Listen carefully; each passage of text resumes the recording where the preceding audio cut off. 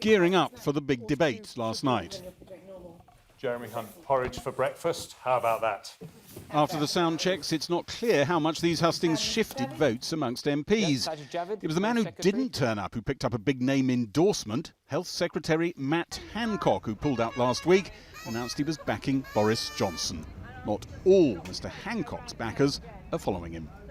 There's something called the Debbie McGee question. What do you think first attracted Matt Hancock, the ambitious minister, to the soar-away favourite Boris Johnson's campaign? You have to put that to Matt. I was really inspired by Matt. I joined his campaign as I say. Are you disappointed? I'm not going to say that I'm disappointed. It's for Matt to determine himself. Many people are saying that Boris is the runaway favourite. Let's unite around that and then move forward. Some people are also saying they want to tame him a bit because they're worried that if he's got a whole load of ERG people, stauncher Brexiteers in his camp, rather than people like Matt Hancock, maybe those people will feel they own him. And that's one approach. The elusive front-runner picked up lesser-known figures as well. The MP's second ballot tomorrow looks like confirming a giant lead for Boris Johnson. What are you afraid of? You were a backer of Andrew Leadsom. You've switched your support now to Boris Johnson. As you look around at the other people who are switching to Boris Johnson, do some of those names surprise you? I've been in politics for quite a long time now, so no, nothing surprises me. What do you think they're up to? Because they're not natural ideological soulmates on the Brexit issue. I think most people are looking for someone who's going to lead and gives us a chance of winning and winning well in the country. So other concerns go out the window sometimes. Yeah, I think so. Yeah, I think so. And maybe a little bit of naked ambition? No, not amongst my parliamentary colleagues. I'm going to lash you to a polygraph to say that. Just as the Tory party looks like it's going to replace a former Remain voter with a former Leave voter, Labour too is coming under pressure to pick a side in the Brexit debate. Tom Watson, the party's deputy leader, saying the time for ambiguity is over. With the Boris Johnson premiership, we might be crashing out of the EU at the end of October. And so what we need now is the Shadow Cabinet to shift position, the NEC to shift position, and even involve our membership in possibly a binding ballot of members or an emergency conference. But it's urgent, it's pressing, and it's necessary that the Labour Party reviews its position. Back in the Tory contest, a rally this evening for Rory Stewart, the candidate making the most direct, sustained attacks on Boris Johnson, picking up still more support from those who've been toiling on Brexit alongside Theresa May. But introducing our new star signing. We have got on side the person that everybody wanted on their team. Effective Deputy Prime Minister, ladies and gentlemen, David Lidington. It prompted Theresa May to push back at suggestions she was supporting the candidate man-marking Boris Johnson. Do you back Rory Stewart? I am not backing a particular candidate. I haven't endorsed a particular candidate. I haven't told anybody who I did vote last Thursday. I haven't told anybody who I voted for, and I'm not going to. With two long-standing Brexiteers dropping out of the contest last week, there have been quite a lot of their former supporters moving over to Boris Johnson's camp. Quite a lot of consolidation on that wing of the party. A lot less on the other side of the party.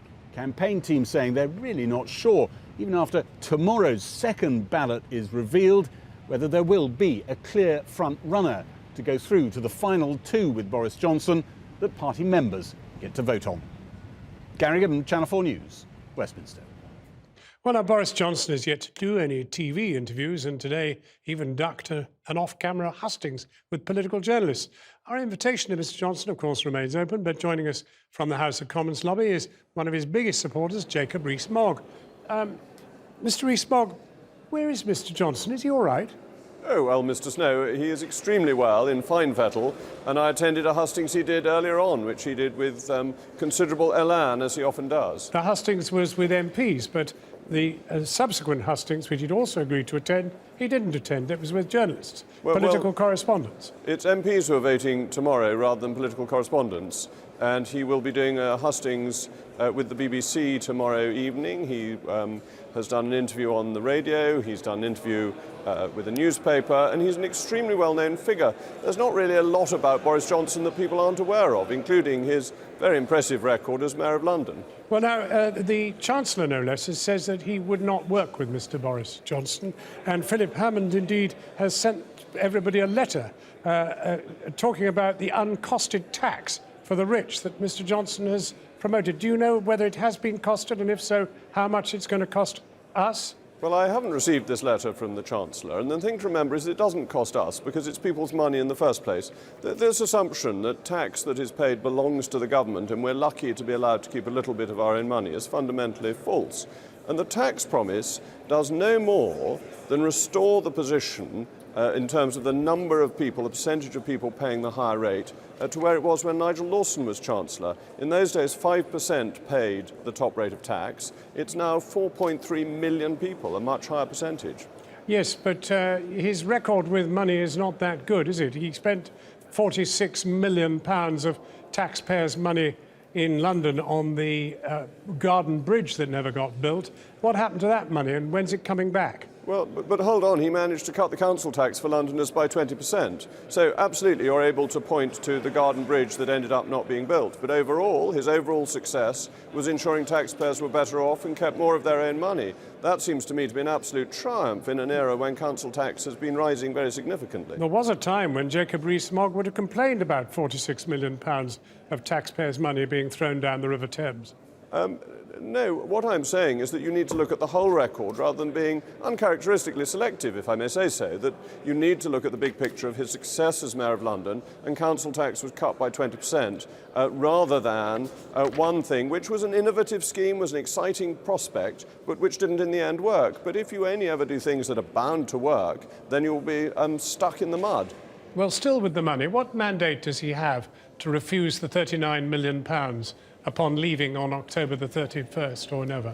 Oh, well, he has a mandate from 17.4 million people, first of all, but he also has the report from the House of Lords European Committee of March 2017, which set out that there is no legal obligation to pay any money to the EU in the event of leaving without a deal, that an amount could be agreed with a deal, but without a deal, the legal position, as set out by a very pro-European House of Lords committee, was quite clear that there was no legal obligation to pay any money, and that's very important. Yeah, but you say that the country voted to refuse this £39 million. There's absolutely no evidence for that at all. Well, no, you said what was the mandate. The mandate for leaving was 17.4 million people. But I asked you about the mandate for the 39 million. I then moved on to explain the legal position, and I think most people, when they voted to leave the European Union. They didn't vote for a deal. They didn't vote to spend billions leaving the European Union. They didn't vote to pay a ransom to escape from the clutches of the European Union. Yeah, but with respect, this process of leaving the European Union is only the beginning, even if you leave on the 31st of October. Then you have to talk about trade and all the other things which are going to flow from it. And you started to queer the pudding, if you like, by chucking away £39 billion, which belongs to Europe.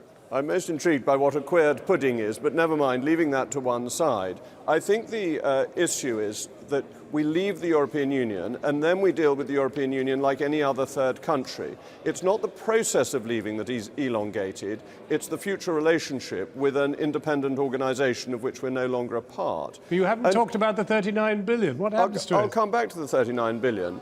That is part of the negotiation. And if we leave without a deal, we don't just hand over the money. That is a payment in return for a good deal. It is not a payment that we're obliged to make under law, and that was set out by the House of Lords.